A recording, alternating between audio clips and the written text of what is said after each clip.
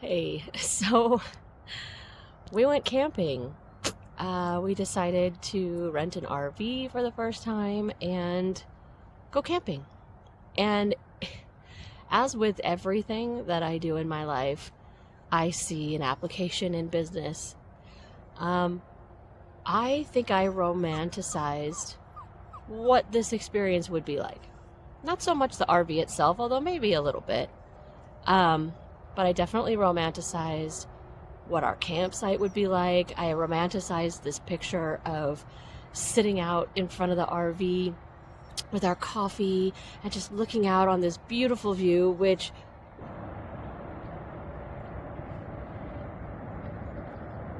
we do have, this is beautiful, but this is not our campsite.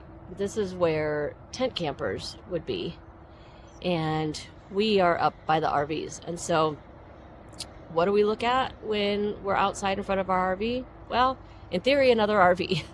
Luckily, there's nobody right next to us on that side, so we have a little bit of a nice view. But yeah, it's not the like peaceful, quiet morning where I can like read outside and all of that. It's not that. I also planned on paddleboarding here, but the water that is right here outside of where we would start, not to to get to the big lake, it's marshy and kind of gross, and honestly, not that inviting. So we're going to take out a canoe together as a family, try to maybe get out to the lake and do some fishing out there, but I don't really want to be on a paddleboard out there. So packed all that stuff up, brought it all here, and I'm probably not even going to use it.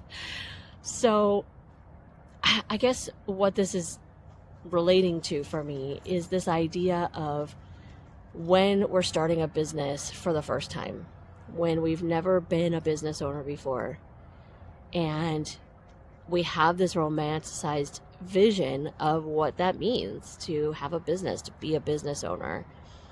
And so that's kind of what I want to talk about this week, but I'm going to do it from inside the RV because I can't hold my arm up like this much longer. I just wanted to give you guys this nice, pretty view. So that's what I'll be talking about this week. Before we dive into this, make sure you like this video, subscribe to the channel if you haven't already, and ring that notification bell so that you never miss a tutorial or upload. Okay, so we're obviously in the RV now. I have a lot more control of things in here. As you can tell, I have a full setup, which I will do a little photo or maybe a little B-reel and show you that right here. So you could just see what I had to do in this RV in order to create this sound, this kind of look. This is mostly natural light coming in, a little bit of RV light, but this is the kind of adaptability that you have to have and the creativity, if I'm honest, in order to be a business owner. And I think these are skills that are not really taught, number one. I think they can be learned, but they are skills that don't come up a lot. I mean, honestly, I've never even really thought to teach something like that. It almost makes me think it'd be fun to do some sort of like boot camp for either creators or business owners or whatever, and just kind of like run them through scenarios where things don't go as planned, because that's going to happen all the time. So, like I was saying in the intro, we have this, a lot of us have this romanticized vision of what being a business owner looks like, what it's going to be like, how easy it's going to be. Because the thing is, the people that we see out there who are, killing it in their business, or honestly, there might even be a few that aren't killing it in their business and aren't really showing us the full truth of what they're dealing with.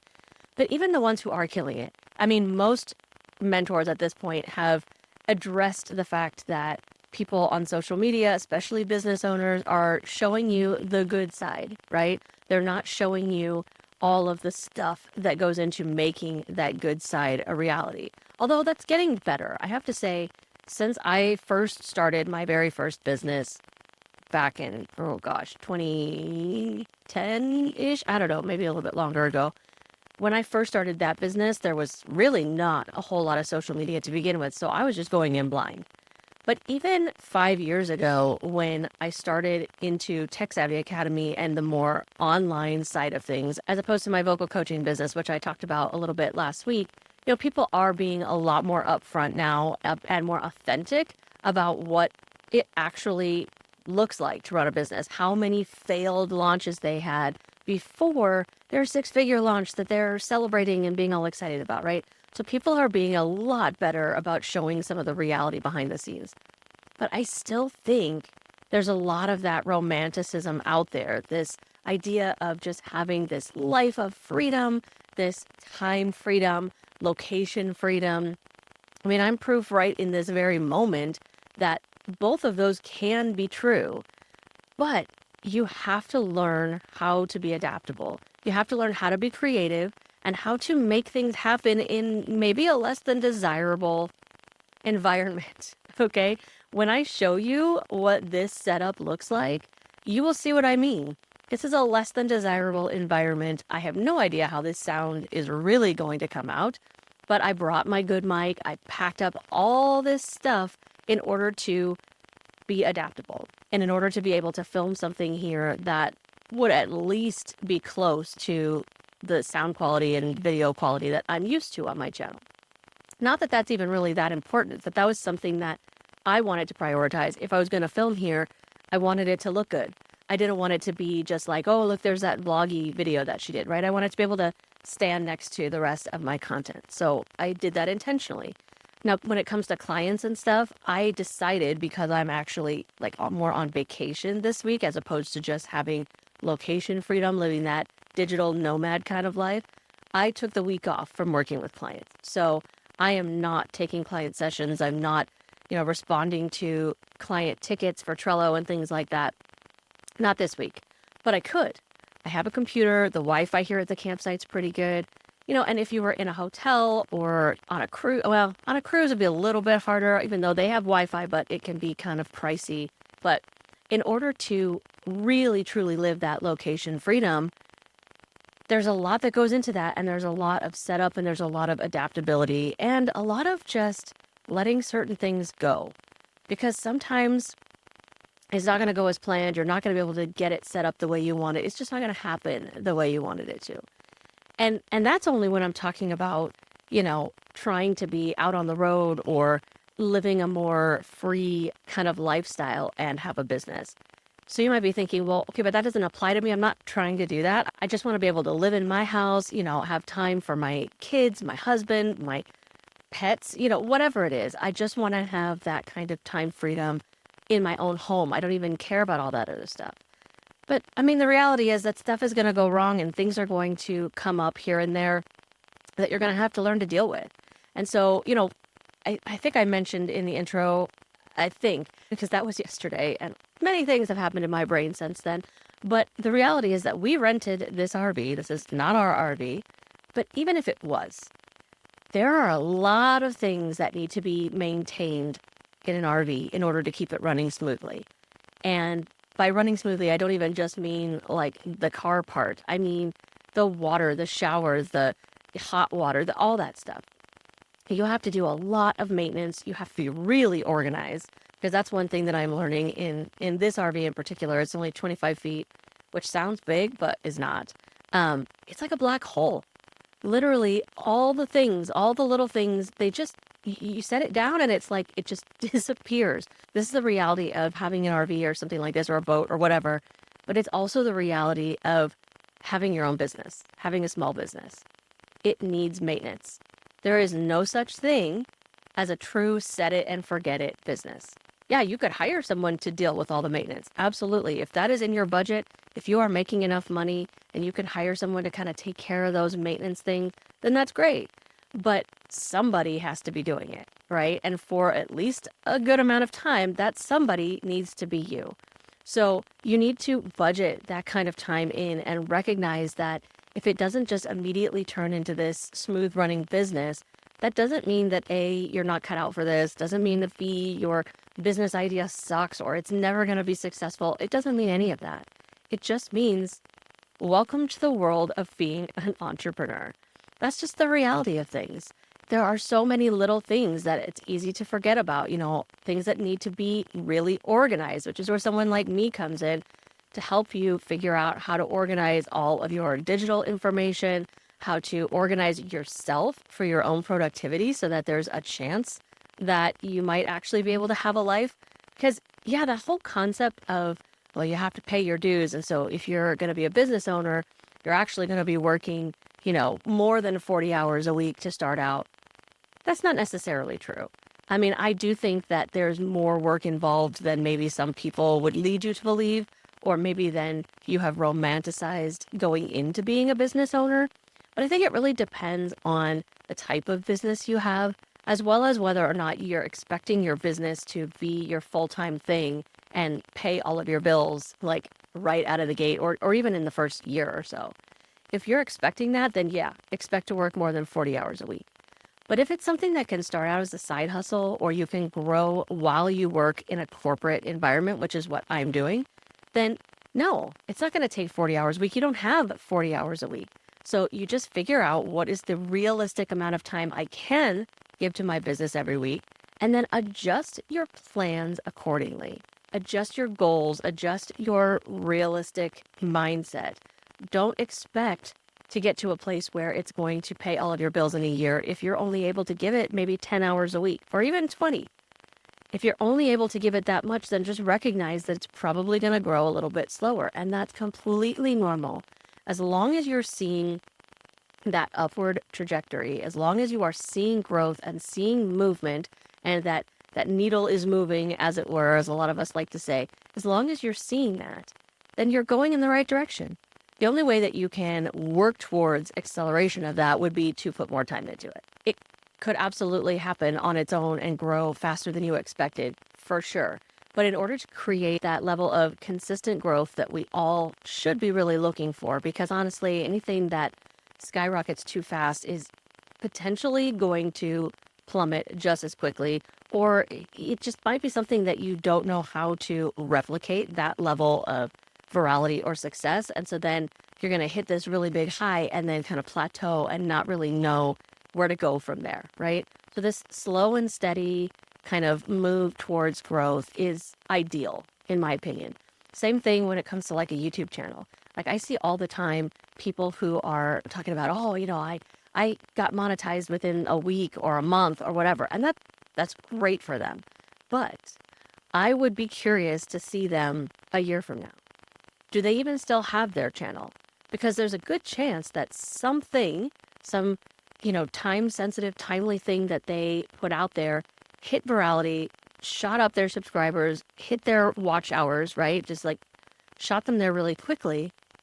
But then they didn't know how to replicate it or maintain it in the long term. And so then it may or may not have fallen back down. Maybe they're still steadily growing, but they're out of content ideas, or, they haven't built the system in order for that to be a sustainable thing, a sustainable business, ideally, if they're working towards monetization, right? So same thing when we're talking about any kind of business. If you haven't learned how to build a system that is repeatable and that you can consistently do over and over again and get to a place where you have any ability to predict your budget, to predict your income moving forward, and especially to predict your expenses, if you don't have that kind of system, then being a business owner is not going to be very fun for you at all. I hate to say it, but it's really not. It's going to be a roller coaster ride of ups and downs. And that is something that I did for a little while. I just was super frustrated. I've talked already about the whole challenge launch strategy and how, I would psych myself up to do this 3-day free challenge and then just hope for that majorly successful launch. Especially if I was following someone else's strategy, it was like, well, it's going to come, right? I mean, that's what they say happens. I'm doing all the things. I have all this stuff ready to go. Okay, I didn't have a ton of people sign up for my free challenge, but that's okay because they're all going to convert and I'm just going to have this huge launch, right? These are the things we tell ourselves, at least early on, before we get to a point where we are actually experiencing it over and over again, seeing some of those disappointing and frustrating non-launches, as it were, and, realizing that, okay, that might be successful every once in a while to kind of push me past a plateau or something like that. That might be a fun thing to do, or like a Black Friday sale or whatever, to kind of push you up to the next level. But as far as having that sustainable business that is going to become not only a reliable income, but something where you can actually manage a balanced life, you have to figure out what that's going to look like for you and create a system around that. like I said last week, doing that challenge launch thing, it is exhausting. That's not something that you can do every week, every month, it's not possible. I mean, you would just be exhausted. So it's all about figuring out what is your most consistent organic lead funnel, which is why you see me here on YouTube every week and why I have added content that I'm creating. I'm doing this podcast in addition to my tutorials, and I do my Faith and Focus podcast, and all of those things I do because this has become that organic, smooth, almost easy lead funnel for me. All of the clients that I have right now came to me because of this channel in some fashion. So I guess what I want to say here is, yeah, it can absolutely be super fun and exhilarating to be a business owner, to not answer to anybody else and be able to do whatever you want, make all the decisions. All of that can be super exciting, but you need to come into it with a realistic perspective of that it is going to be difficult. It is going to be a bit of an uphill battle at first until you figure out what is your sustainable system, what is your sustainable business, and find that balance for yourself. And then put boundaries around it so that you maintain that balance and you don't allow anybody to come in and kind of take over, because then in a way you are answering to someone, right? Now your boss kind of becomes your clients, and that's not how it should be, especially if you have some sort of service-based business like a coach or a consultant and things like that. You need to make sure that you are the one who stays in control of the boundaries and the balance. Otherwise, clients are going to walk all over you. It's just how it works. And then the other thing I want to say here is, obviously I can find a business application in just about anything. In fact, I'm going to include a secondary little video that I filmed out on the lake just to prove my point. Okay, so I figured I would do one more little segment, not in the RV, because this is just so pretty. So I had another business application moment. We are in a canoe, and by we, I mean us, including the puffin down there. And, you know, it's just yet another metaphorical reminder of why it's better not to try to do everything alone. Because when you're in a canoe, one person rowing is only going to get you so far. But when you have two people, you just go so much farther, so much faster, and it's so much more fun. Yay! Okay, so now I want to hear from you. So if you've already started a business and maybe it's going really well right now, maybe it's not quite there yet, but I want to hear in the comments, what is something that you had romanticized before starting your business, and what's the reality? Let us know in the comments. I hope that you liked that video, and more importantly, that you found it helpful. And if you did, I hope you'll consider subscribing to the channel and sharing it with a fellow solopreneur. And make sure that you check out the description for links for how we can connect and maybe even work together.